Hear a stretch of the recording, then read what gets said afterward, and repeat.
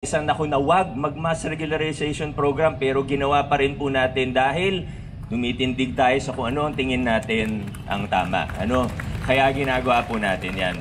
Ngayon, alam ko po, may mga iba tayong kasama. Siyempre, may mga kasama tayong aminin natin na medyo, siguro nakaraang ilang dekada, medyo nasanay na talagang medyo mapolitika. So, ito na yung pagkakataon. Kunin natin yung pagkakataon na binibigay sa atin, kunin natin para trabaho na lang po tayo. Alam ko, 99%.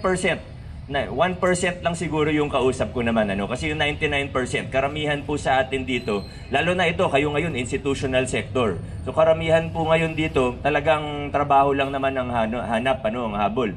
Pero siguro may 1% tayo ng mga empleyado na noong nakaraan, nasanay po talaga. Nasanay po na medyo mapolitika. Kaya ngayon, punta na tayo dun sa tama.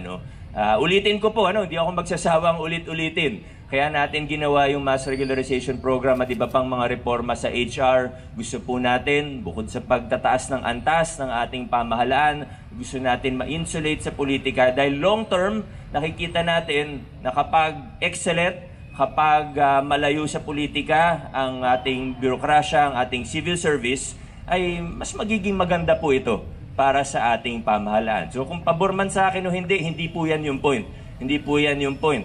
Ang point is gawin natin ang mga trabaho natin, huwag natin kalimutan ang code of ethics natin, huwag natin kalimutan yung mga paalala sa atin ng ating civil service, ng CSC, at kung ano yung nakasaad sa batas, strictly sumunod po tayo. Lalo na po, yung mga iba, sa totoo, may mga naririnig po ako. Siyempre, yung mga iba nga, medyo political. Mga iba, nakikisaw-saw pa dun sa mga ibang paninira. Whether kung anong side, hindi yun yung importante.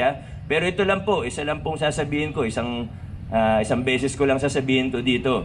Sa susunod, magbabanggit ako ng mga specific na tao. Magbabanggit po ako ng specific na example. Lalo na po, pasensya na po kung sasabihin ko po ito. Lalo na po, pag dinadamay ang pamilya ko.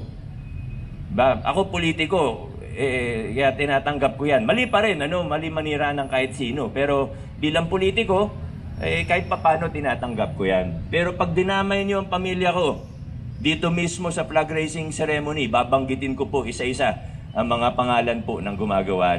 Kakaintindihan po tayo, Ayan. Siyempre, ibang usapan pag pamilya na yung dinadamay, yung mga galing sa katang isip, inuulit, 'di ba? Para sa political reasons, hindi naman tayo papayag na yan ang gagawin. Kunin ko pati po yung mga reminders din po para sa alam ko hindi natin kasama ang clean and green ngayon, pero paalala rin po yung mga election paraphernalia, political paraphernalia. 'Di ba ang ganda po sa Pasig ngayon? Alam niyo pagka may mga ibang kaibigan mula sa ibang LGU na bibisita po sa atin. Minsan, di ba, may nagbe-benchmarking po sa atin. Ang isa sa tinatanong nila sa akin, Mayor Vico, hindi ba uso yung mga tarp mo dito sa Pasig? At sinasabi ko, dito sa Pasig, meron tayong anti-EPAL ordinance. Basta proyekto ng pamahalaan, bawal maglagay ng mukha o pangalan ng mga politiko. Proud na proud po tayo dyan. Sa pagkakaalam ko, tayo po ang kauna-unahan na may ganyan klaseng ordinansa.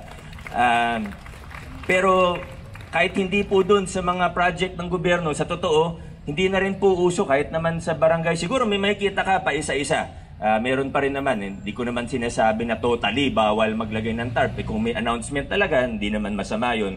Pero kung mapapansinin po ninyo, kami ni Kong, Vice, mga konsyal natin, wala na kayong makikita ng mga mukha. Kaya instructions ko po sa ating mga kawani, kahit sino po, specifically sa mga clean and green natin, pero pati na rin sa mga peace and order officials natin.